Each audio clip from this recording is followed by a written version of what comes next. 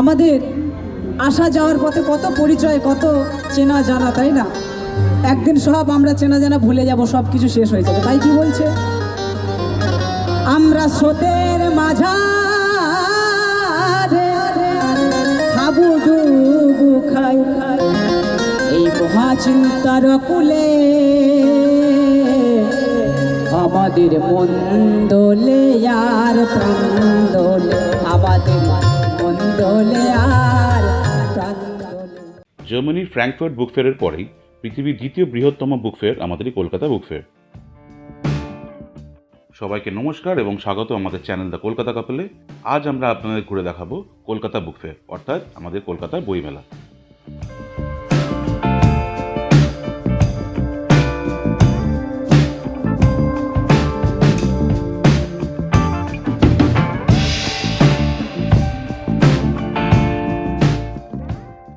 সল্টলেক করুণাময়ীতে আয়োজিত হচ্ছে 48তম কলকাতা বইমেলা। আর এই বইমেলার বিষয়ে প্রত্যেকটি তথ্য জানতে গেলে এই ভিডিওটা পুরোটা দেখবেন।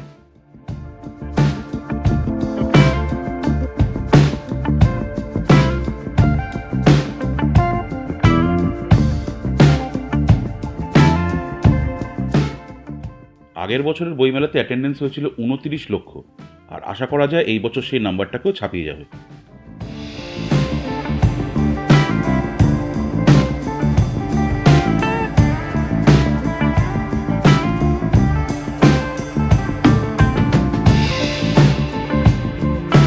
বইমেলা অনুষ্ঠিত হচ্ছে সল্টলেকের বইমেলা প্রাঙ্গণে, যেটাকে আমরা সেন্ট্রাল পার্ক মেলা প্রাঙ্গণ বলেও জানি। মেলা উদ্বোধন হয়েছে 28শে জানুয়ারি আর চলবে 9ই ফেব্রুয়ারি অবধি। মেলার টাইমিং বেলা 12টা থেকে রাত্রির 8টা। আর এই মেলা রোজ খোলা পাবেন, ডেলি চলছে। বইমেলাতে মূলত বাংলা ভাষার বই পাওয়া যায় এবং পাওয়া যায় ভারতের বিভিন্ন প্রান্তের আঞ্চলিক ভাষার বই। এর সাথে আন্তর্জাতিক বইমেলা হওয়ার জন্যে এখানে পেয়ে যাবেন বিভিন্ন ফরেন ল্যাঙ্গুয়েজের বই। প্রতি বছরই পৃথিবীর বিভিন্ন প্রান্ত থেকে পাবলিশাররা এই বইমেলাতে অংশগ্রহণ করেন।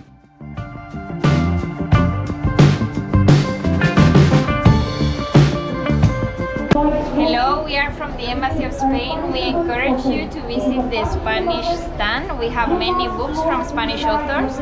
Spanish is the second most spoken language in the world, so please come visit us and learn Spanish. Adios. আসুন ঘুরে নেওয়া যাক এবছরের focal theme country Germany stall.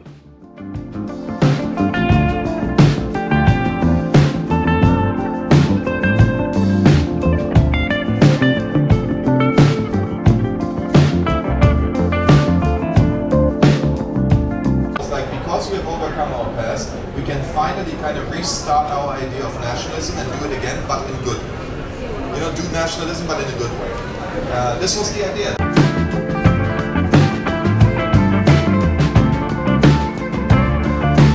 এই বইমেলা প্রাঙ্গণে আসার জন্য আপনারা হাওড়া থেকে বাস পেয়ে যাবেন, শিয়ালদা থেকে ডাইরেক্ট মেট্রো পেয়ে যাবেন। দয়া করে ভিডিওটা পজ করে নিজেদের বাস রুট আর বাস নাম্বারগুলো দেখে নিন। যদি আপনাদের স্টার্টিং পয়েন্ট থেকে এই বইমেলা প্রাঙ্গণ কী করে আসবেন সেই বিষয়ে কোনো ডাউট থাকে, তাহলে আমাকে কমেন্ট সেকশনে প্রশ্ন করতে পারেন, আমি আপনাদের নিশ্চয়ই হেল্প করে দেবো। এছাড়াও যদি আপনারা ট্রেনে করে আসেন তাহলে নামবেন বিধাননগর স্টেশন এবং সেখান থেকে একটা অটো বা বাস নিয়ে নেবেন।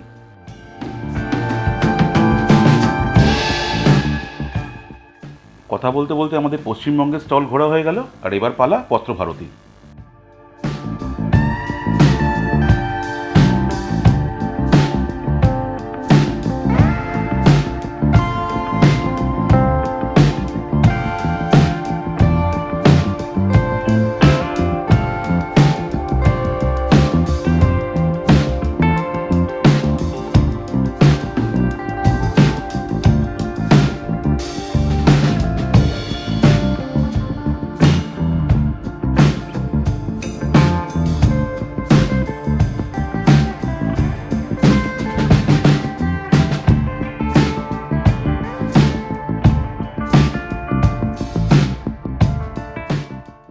আনন্দ পাবলিশার্সের স্টল আপনারা পেয়ে যাবেন গেট নাম্বার 4 দিয়ে ঢুকেই বাঁ দিকে।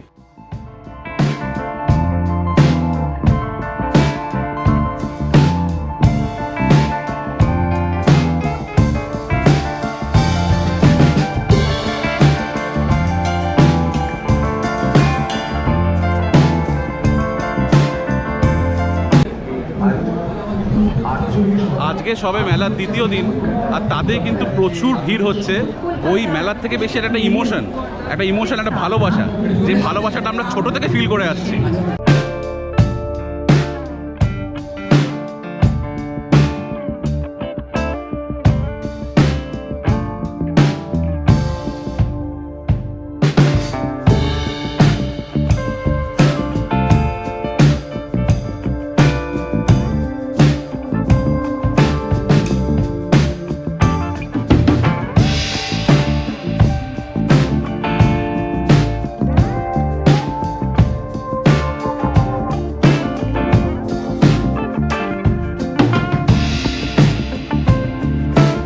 গেট নাম্বার 9-এর কাছাকাছি আপনারা পেয়ে যাবেন লিটল ম্যাগাজিনের স্টল।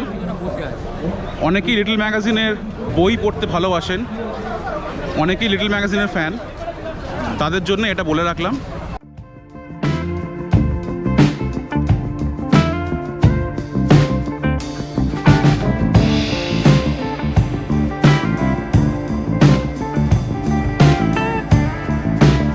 নমস্কার, আমি নরিত প্রকাশন থেকে বলছি, তিয়াশা মুখার্জি। তো এই মুহূর্তে বিটিএস খুব পপুলার একটা জনার, যেটা আমাদের ছোট থেকে বড় পর্যন্ত সবাই পছন্দ করে। তো সেই হিসাবে বলতে গেলে এই বিটিএসের বইটা যেটা আমরা এই বছর নিয়ে এসেছি কলকাতা বইমেলাতে, এখানে বিটিএস কিভাবে উৎপত্তি হলো, কিভাবে ওদের শুরু, সব কিছু রয়েছে এবং সেই সঙ্গে কিছু আকর্ষণীয় ইলাস্ট্রেশনও বইটির মধ্যে রয়েছে। তো সূচিপত্রতে আপনারা যদি দেখেন, যারা এখনও পর্যন্ত বিটিএস সম্পর্কে জানেন না বা জানলেও প্রথমত বাংলায় বই সেরকম অ্যাভেলেবেলই থাকে না, তো সেক্ষেত্রে আমরা এই বইটা বাংলাতে করেছি। ইংলিশে বর্তমানে অনেক বই অ্যাভেলেবেল থাকলেও বিটিএস নিয়ে বাংলায় বই সেরকম নেই। তো এই আর কি, আপনারা সবাই আসুন এবং সংগ্রহ করুন। টেবিল নাম্বার 45, নরিত প্রকাশন। Thank you.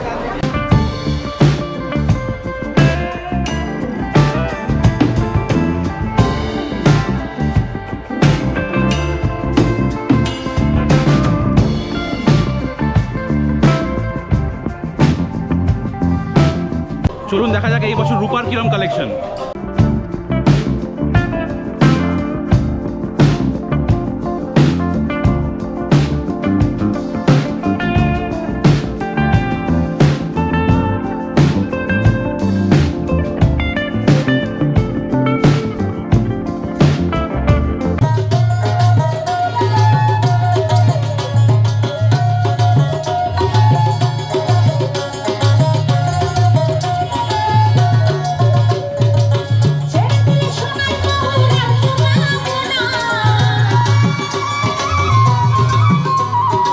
এবারে আমরা ঢুকলাম ফ্যামিলি বুক শপে। এদের এখানে বাচ্চাদের বইয়ের কালেকশন কিন্তু অপূর্ব।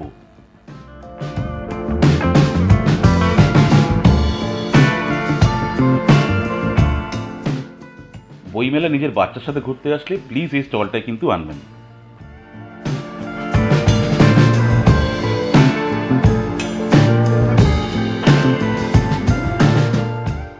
আমি আমার পুত্র রাজভোগের জন্য এখান থেকে একটু বই দেখতে শুরু করলাম এবং এই বইটা ভালো লাগাতে এটা কিনে নিলাম। এই প্রথম বইমেলা থেকে ওর জন্য কোনো বই কেনা হলো।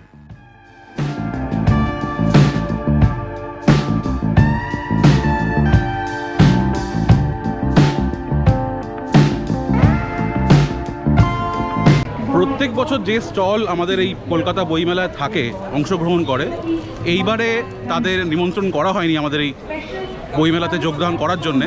সেটা হচ্ছে বাংলাদেশের স্টল। রাজনৈতিক বা অরাজনৈতিক কারণে, কোনো এক কারণে এটা হয়েছে, তার জন্য এইবারের বইমেলাতে বাংলাদেশের স্টল মিসিং। গিল্ড হাউসের পাশ থেকে এরকম একটা বইমেলার ম্যাপ জোগাড় করে নিলে আপনাদের ঘুরতে একটু সুবিধা হবে।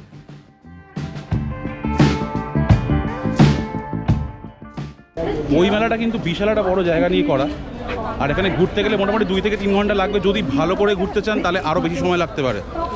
তাই জন্যে নিজেকে হাইড্রেটেড রাখা আর খেয়ে নিজের এনার্জিটাকে বজায় রাখা কিন্তু খুব ইম্পর্টেন্ট। চলুন, আপনাদের অনেক বই দেখালাম, এবার একটু খাওয়ার সন্ধান দিয়ে এখানে কীরকম কী ফুড অ্যাভেলেবিলিটি আছে।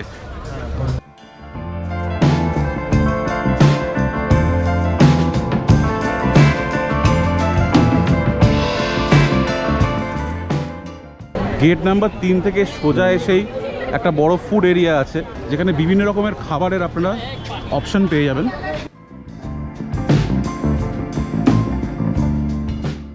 প্রতিবারের মতন এবারেও দীঘা ফিশ কর্পোরেশনের স্টল এখানে দেখতে পাচ্ছি। চেষ্টা করি যাতে প্রত্যেকবার এখান থেকে খেতে পারি।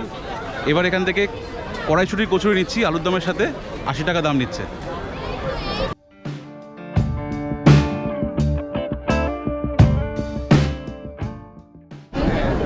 কম্বো চিকেন দিয়ে 150 টাকা, মাটন দিয়ে 250 টাকা, আলুর দম দিয়ে 120 টাকা। আর এই ইলিশ মাছের থালি দাম রেখেছে 250 টাকা।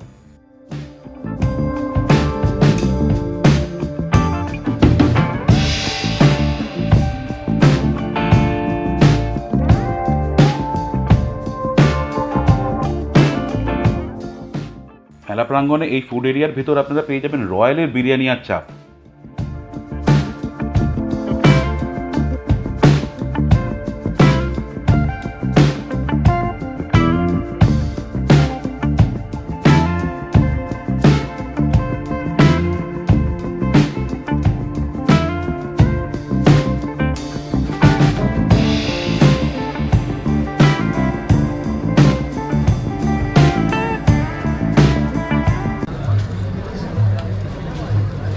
কলকাতা বইমেলায় কাশ্মীরি কাওয়া,